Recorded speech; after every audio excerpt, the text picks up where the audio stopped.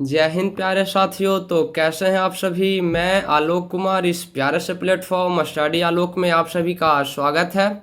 तो आज हमारा चैप्टर नंबर 5 बायोलॉजी का चैप्टर नंबर 5 वंशागति तथा विविधता के सिद्धांत।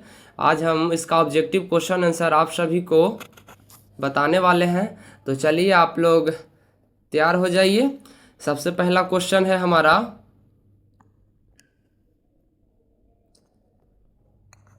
सबसे पहला हमारा क्वेश्चन है कि आनुवांशिकी के जनक किसे कहा जाता है। सबसे पहला प्रश्न है हमारा कि आनुवांशिकी के जनक किसे कहा जाता है।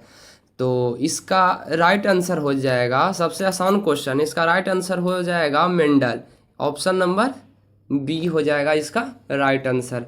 चलिए इसी प्रकार से हमारा दूसरा प्रश्न है कि मेंडल ने अपने प्रयोग किस पौधे पर किया। सबसे आसान क्वेश्चन है कि मेंडल ने अपने प्रयोग किस पौधे पे किया। तो इसका राइट आंसर हो जाएगा मटर के पौधे पे। ठीक है, चलिए इसी प्रकार से आइए क्वेश्चन नंबर तीसरा में, मेंडल के प्रथम नियम को क्या कहते हैं। मेंडल के प्रथम नियम को क्या कहते हैं। इसका राइट आंसर हो जाएगा प्रभाविता का नियम, और इस ऑप्शन नंबर बी हो जाएगा। ठीक है, प्रभाविता का नियम। चलिए इसी प्रकार से आ जाइए क्वेश्चन नंबर 4 में, मेंडल का दूसरा नियम क्या है। क्वेश्चन नंबर 4 हमसे पूछ रहा है कि मेंडल का दूसरा नियम क्या है। तो इसका राइट आंसर हो जाएगा ऑप्शन नंबर बी, स्वतंत्र वर्गीकरण। ठीक है, इसका राइट आंसर बी हो जाएगा। चलिए इसी प्रकार से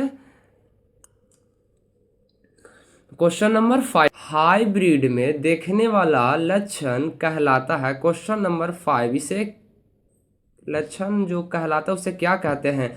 अप्रभावी या प्रभावी या सह प्रभावी, इसे क्या कहते हैं। क्वेश्चन नंबर 5, इसे इसका राइट आंसर हो जाएगा प्रभावी, यानी ऑप्शन नंबर बी।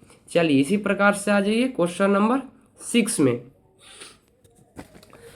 कि एक जीन के दूसरे वैकल्पिक रूप कहलाते हैं। एक जीन के दो वैकल्पिक रूप कहलाते हैं। इसका राइट आंसर हो जाएगा एक लिली। ठीक है, इसका राइट ऑप्शन बी हो जाएगा। चलिए इसी प्रकार से आ जाइए क्वेश्चन नंबर 7 में, जीन का वाहक क्या कहलाता है। जीन का वाहक क्या कहलाता है। तो इसका राइट ऑप्शन हो जाएगा डीएनए। 7 का ऑप्शन नंबर बी हो जाएगा। चलिए इसी प्रकार से आ जाइए क्वेश्चन नंबर 8 में, यानी 8 में, किसी जीव का बाहरी देखने वाला गुण कहलाता है। तो इसका क्या ऑप्शन होगा, जीनोटाइप या फिनोटाइप या जीनोम, इसका क्या होगा। तो इसका राइट आंसर हो जाएगा फिनोटाइप, यानी ऑप्शन नंबर बी इसका राइट आंसर हो जाएगा।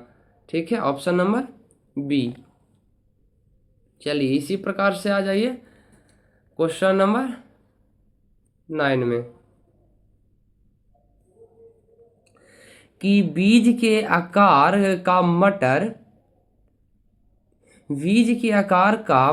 में डर्मिनेंट जीन कौन सा है। बीज के आकार का मटर में डर्मिनेंट जीन कौन सा है। तो इसका राइट आंसर हो जाएगा सी, आर, कैपिटल आर इसका है। ठीक है, इसी प्रकार से आ जाइए क्वेश्चन नंबर 10वां में, किसी गुण के आनुवांशिक निर्माण को क्या कहा जाता है। क्वेश्चन नंबर 10, किसी गुण के आनुवांशिक निर्माण को क्या कहा जाता है। इसका राइट आंसर हो जाएगा जीनोटाइप। ठीक है, इसका राइट आंसर हो जाएगा जीनोटाइप। चलिए इसी प्रकार से हम लोग अब क्वेश्चन नंबर 11 को देख लेते हैं। एक माता पिता के समान गुण मिलने को कहते हैं।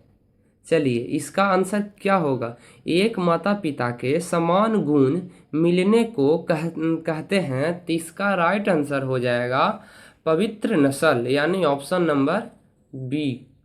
इसका राइट आंसर हो जाएगा ऑप्शन नंबर बी, यानी पवित्र नस्ल। चलिए इसी प्रकार से क्वेश्चन नंबर 12, स्वतंत्र वर्गीकरण किस प्रकार आधारित है? क्वेश्चन नंबर 12 हमसे पूछ रहा है स्वतंत्र वर्गीकरण किस पर आधारित है, तो इसका राइट आंसर हो जाएगा समजातीय गुण सूत्र पर। ठीक है, समजातीय गुण सूत्र पर, यानी ऑप्शन नंबर ए इसका राइट आंसर हो जाएगा। चलिए इसी प्रकार से आ जाइए क्वेश्चन नंबर 13 में, कि क्वेश्चन नंबर 13 हमसे पूछ रहा है कि प्रबल व अप्रबल ए लिली का मिश्रण कहलाता है। तो क्वेश्चन नंबर 13 का राइट आंसर हो जाएगा विषम जातीय और एसी, इसका राइट आंसर हो जाएगा डी। ठीक है, इसका राइट आंसर हो जाएगा डी, यानी बी और सी दोनों। चलिए इसी प्रकार से आ जाइए क्वेश्चन नंबर 14 में, शारीरिक गुणसूत्र की संख्या मनुष्य में होती है। हमसे क्वेश्चन नंबर 14 पूछ रहा है कि शारीरिक गुणसूत्र की संख्या मनुष्य में होती है, तो इसका ऑप्शन हो जाएगा, ये शारीरिक गुणसूत्र हमें होता है 44। ठीक है, इसका राइट आंसर हो जाएगा ए, 44 होता है। ठीक है, चलिए क्वेश्चन नंबर 15 में आइए, सेक्स लीडिंग जीन किस पर स्थिर होते हैं? ठीक है, तो इसका राइट आंसर हो जाएगा एक्स वाई गुणसूत्र पर। ठीक है, एक्स वाई गुणसूत्र पर। चलिए 15 का ऑप्शन नंबर ए हो जाएगा। इसी प्रकार से आ जाइए क्वेश्चन नंबर 16 में, हीमोफीलिया किस प्रकार का गुण है? हीमोफीलिया किस प्रकार का गुण है? क्वेश्चन नंबर 16, इसका राइट आंसर क्या होगा? आप लोग कमेंट कीजिए। इसका राइट आंसर हो जाएगा, अभी इसका बताए थे यहाँ पर जस्ट ऊपर में, इसका राइट आंसर सी हो जाएगा। ठीक है, चलिए इसी प्रकार से आगे बढ़िए क्वेश्चन नंबर 17, मानव के लिंग निर्धारण का तरीका है। चलिए इसका ऑप्शन देख लीजिए।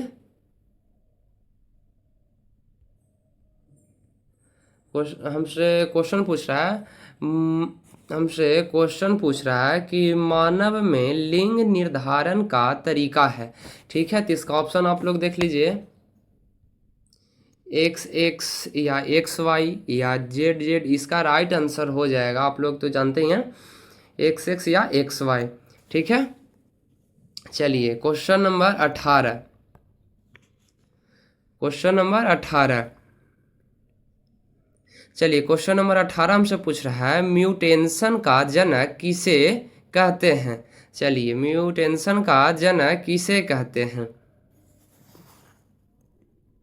इसका राइट आंसर हो जाएगा 18 का, इसका राइट आंसर हो जाएगा 18 का ह्यूगो डी व्रीज को, यानी ऑप्शन नंबर बी हमारा इसका राइट आंसर हो जाएगा। चलिए इसी प्रकार से आ जाइए क्वेश्चन नंबर 19 में, संकरण प्रयोग सबसे पहले किसने किया था? क्वेश्चन नंबर 19, संकरण प्रयोग सबसे पहले किसने किया था? तो इसका राइट आंसर हो जाएगा हमारे मेंडल साहब ने सबसे पहले किया था। चलिए इसका राइट आंसर ए हो जाएगा, मेंडल। ठीक है, ग्रेगर जॉन मेंडल इनका पूरा नाम। चलिए इसी प्रकार से आ जाइए क्वेश्चन नंबर 20 में, तो जीन कहाँ स्थित होते हैं?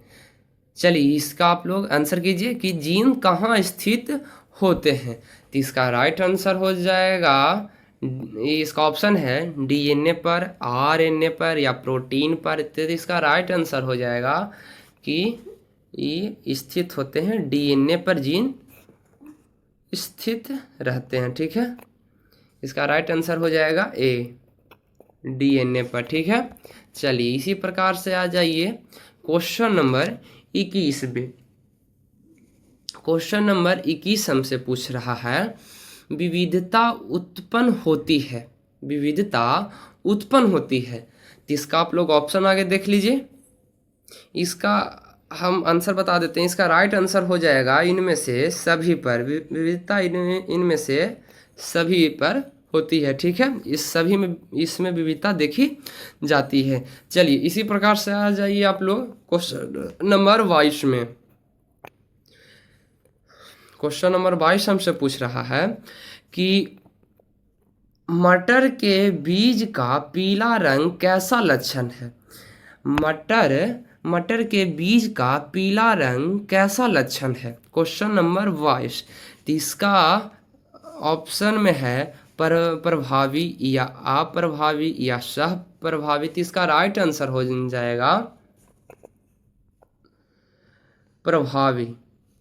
जो मटर के बीज का पीला रंग है वो इसका लक्षण आता है प्रभावी में। ठीक है, इसी प्रकार से आ जाइए क्वेश्चन नंबर 23 में कि सह प्रभाविता का उदाहरण है। क्वेश्चन नंबर 23 हमसे पूछ रहा है कि सह प्रभाविता का उदाहरण है। तो इसका राइट आंसर हो जाएगा एवीओ रक्त समूह। ठीक है, एवीओ रक्त समूह।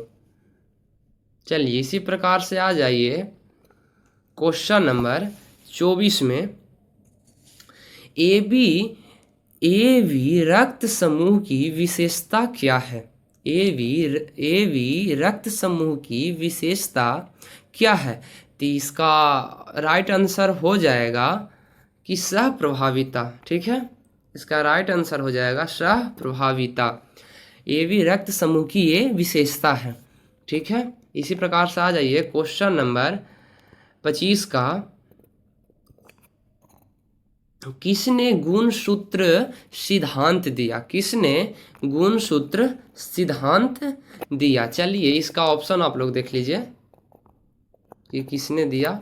चलिए इसका क्वेश्चन नंबर 25। क्वेश्चन नंबर 25 का राइट आंसर हो जाएगा, इसका राइट आंसर हो जाएगा सस्टन और बोवर ने। इसका राइट आंसर हो जाएगा सस्टन और बोवर ने। ठीक है, इसका राइट ऑप्शन बी हो जाएगा। चलिए इसी प्रकार से आ जाइए क्वेश्चन नंबर 26 में कि मॉर्गन ने अध्ययन किस पर किया था। मॉर्गन ने अध्ययन किस पर किया था। क्वेश्चन नंबर 26 हमसे पूछ रहा है।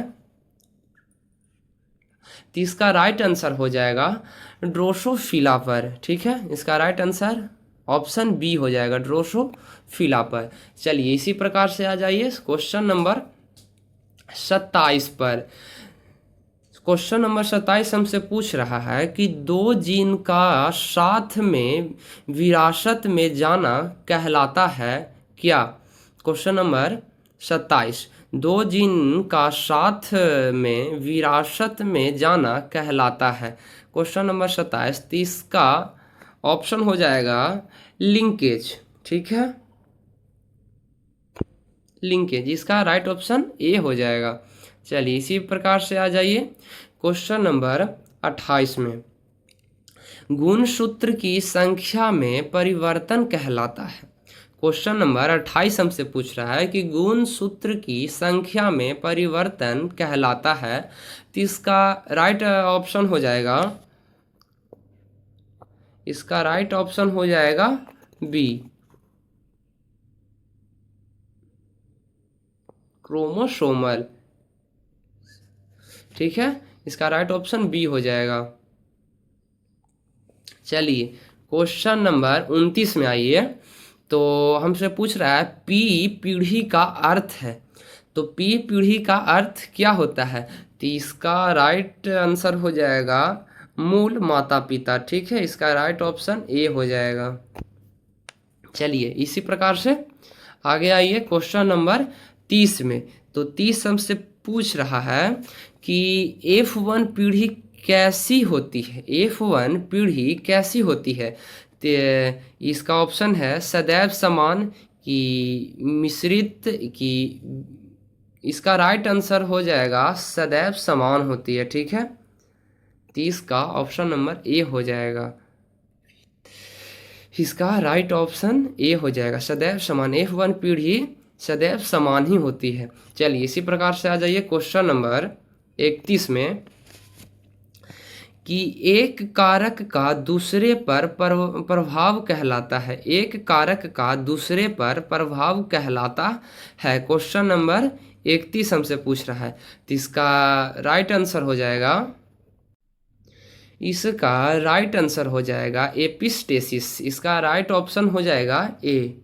ठीक है, चलिए इसी प्रकार से हम लोग आगे देखते हैं। क्वेश्चन नंबर 32 हमसे पूछ रहा है कि पीटीसी टेस्ट किससे संबंधित है। पीटीसी जो हमारा टेस्ट होता है किससे संबंधित है। क्वेश्चन नंबर 32, तो इसका ऑप्शन है सबसे पहला ऑप्शन है रक्त, दूसरा है स्वाद, तीसरा है हमारा दृष्टि और चौथा है त्वचा। तो इसका राइट आंसर हो जाएगा ऑप्शन नंबर बी यानी स्वाद। पीटीसी टेस्ट स्वाद से संबंधित है। चलिए इसी प्रकार से आ जाइए क्वेश्चन नंबर 33 में डीएनए की खोज किसने की। चलिए सबसे आसान क्वेश्चन नंबर 33, डीएनए की खोज किसने की। चलिए इसका राइट आंसर हो जाएगा, चलिए इस क्वेश्चन का आंसर आप लोग बताइए। इसका हम बता देते हैं कि डीएनए की खोज किसने की। ए और बी ऑप्शन इसका नहीं सही है। चलिए सी और डी में से, ये दोनों में से एक ऑप्शन आपका सही है। चलिए इसका कमेंट आप कीजिएगा कि कौन होगा, सी होगा या डी होगा। चलिए ये हम क्वेश्चन को आप लोगों के लिए छोड़ते हैं। चलिए इसी प्रकार से आ जाइए क्वेश्चन नंबर 34 में स्वतंत्र, चलिए छोड़िए, चलिए क्वेश्चन नंबर 34 का अब हम आपको बताते हैं। स्वतंत्र वर्गीकरण का उदाहरण है। क्वेश्चन नंबर 34 स्वतंत्र वर्गीकरण का उदाहरण है। इसका राइट आंसर हो जाएगा बीज, रंग और आकार। इसका राइट ऑप्शन ए हो जाएगा। स्वतंत्र वर्गीकरण का उदाहरण है बीज, रंग और उसके आकार। चलिए इसी प्रकार से आ जाइए क्वेश्चन नंबर 35, लाल सफ़ेद फूल से गुलाब बना। तो ये क्वेश्चन नंबर 35 का राइट ऑप्शन इसका हो जाएगा अपूर्ण प्रभुत। ठीक है, अपूर्ण प्रभुत, ऑप्शन नंबर बी इसका राइट आंसर हो जाएगा। चलिए इसी प्रकार से आ जाइए क्वेश्चन नंबर 36 में ये हमसे पूछ रहा है कि वाई क्रोमोसोम से ये जुड़े गुण कहलाते हैं। चलिए 36 का, तो इसका राइट आंसर हो जाएगा 36 का। चलिए क्वेश्चन नंबर 36 का राइट ऑप्शन हो जाएगा होलैंडोड्रिक। तो 36 का राइट आंसर हो जाएगा होलैंड्रिक यानी ऑप्शन ए इसका राइट आंसर हो जाएगा होलैंड्रिक। चलिए ऑप्शन नंबर ए हमारा राइट आंसर है। चलिए इसी प्रकार से आ जाइए क्वेश्चन नंबर 37 में कि किसमें विविधता अधिक होती है। किसमें विविधता अधिक होती है, तो ये तो आप लोग जानते ही हैं, सबसे आसान प्रश्न है लैंगिक प्रजनन में। चलिए ठीक है, चलिए इसका ऑप्शन नंबर बी हो जाएगा राइट आंसर। चलिए इसी प्रकार से आ जाइए क्वेश्चन नंबर 38 में समान जीनों की जोड़ी कहलाती है। समान जीनों की जोड़ी कहलाती है। क्वेश्चन नंबर 38, इसका राइट आंसर हो जाएगा 38 का होमोलैंगस। ठीक है, इसका राइट आंसर हो जाएगा ए होमोलैंगस। इसका राइट ऑप्शन ए हो जाएगा। चलिए इसी प्रकार से क्वेश्चन नंबर 39 में आइए कि जीन संबंधित किसने दिया, जीन सिद्धांत किसने दिया? तो इसका राइट आंसर हो जाएगा, डिरविनीज ने। ऑप्शन नंबर ए, इसका राइट आंसर ए हो जाएगा। ठीक है,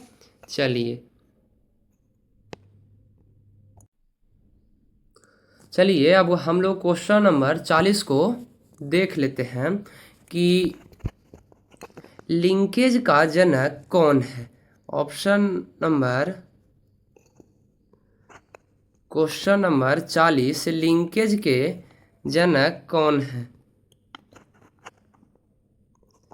लिंकेज के जनक कौन है? तो इसका राइट ऑप्शन हो जाएगा मॉर्गन। ठीक है, option number A, Morgan.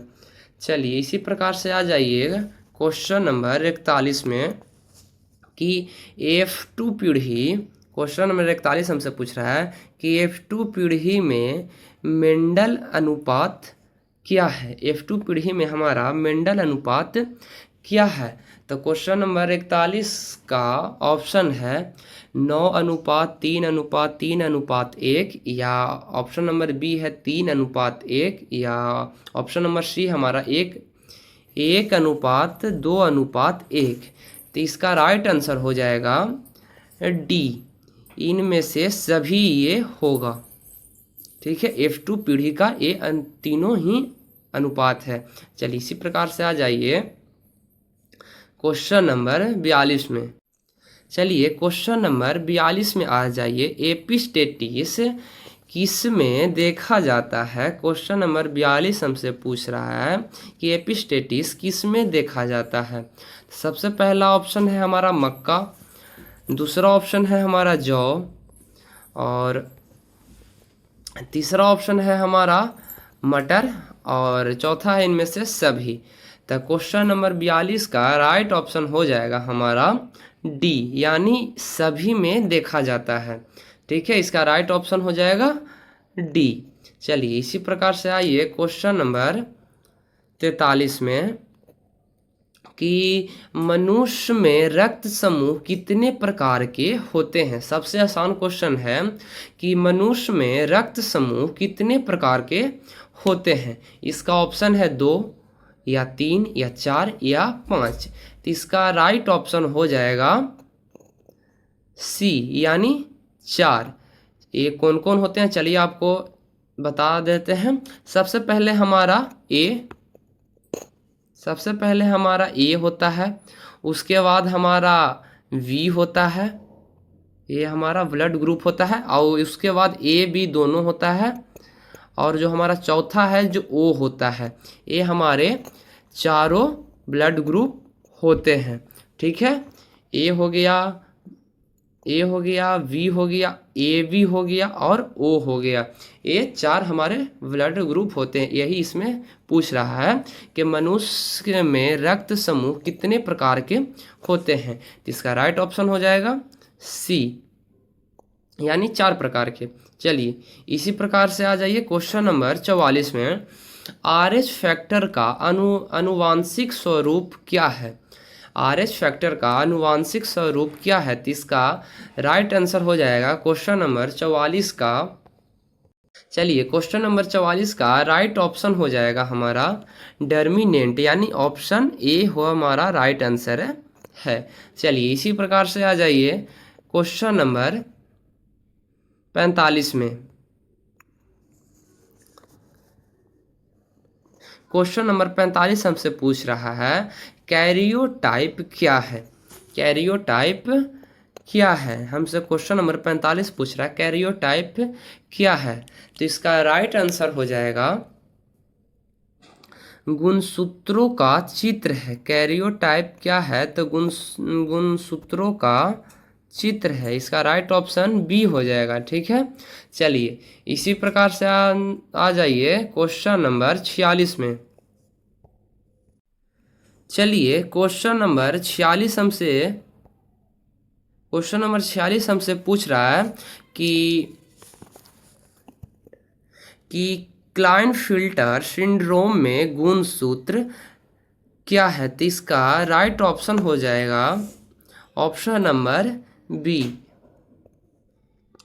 44+XX(y) इसका राइट आंसर हो जाएगा। चलिए इसी प्रकार से आ जाइए आप क्वेश्चन नंबर 47 में। चलिए क्वेश्चन नंबर 47 में आ जाइए। टर्नर सिंड्रोम में गुणसूत्र, तो इसका ऑप्शन है हमारा 44+XX(y) या 44+XO, या ऑप्शन नंबर सी हमसे है ऑप्शन में कि 44+XYY या 46। तो इसका राइट आंसर हो जाएगा 44+XO। क्वेश्चन नंबर 47 का राइट ऑप्शन 44+XO हो जाएगा। चलिए इसी प्रकार से आ जाइए क्वेश्चन नंबर 48 में। विविधता का मुख्य स्रोत क्या है? विविधता का मुख्य स्रोत क्या है? तो इसका आप लोग आंसर बताइए 48 का।